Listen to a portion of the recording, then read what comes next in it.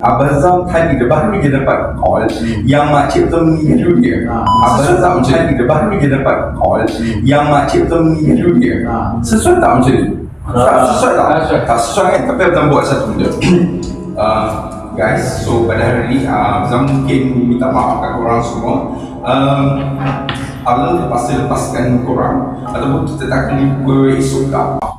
Ya mana? Dia nak nampak yang nombor 2 tu Faham tak? Dia punya simulation adalah emosi yang paling terdepan. Faham? Abang boleh macam boleh Mantap dia cakap macam tu nampak macam boleh jahat kan?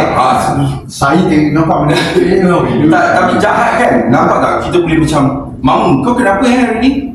Tapi faham tak? Dia nampak dari muka tu dia dapat ubah dalam masa sekejap. Sebab 5 step mengajar semua yang ni, body language, facial expression, happy, enjoy dan ni. So Abang percaya ilmu yang Abang Zam belajar bukan saja kat Abang Zam, bukan daripada siapa? Abadi, bos Abadi, ataupun kami belajar daripada manusia. Macam mana manusia itu interpret dengan kita. So macam mana kita nak santun orang. Kalau orang tu garang, okay. Pernah dapat customer yang garang? Pernah. Contoh contoh orang yang macam ni, kita tak boleh senyum dulu kat dia. First kita bagi salam dengan tone yang macam ni. Assalamualaikum tuan. Dia tengok orang kita. Kita sekali untuk dia break the rules. Dia punya repo dia.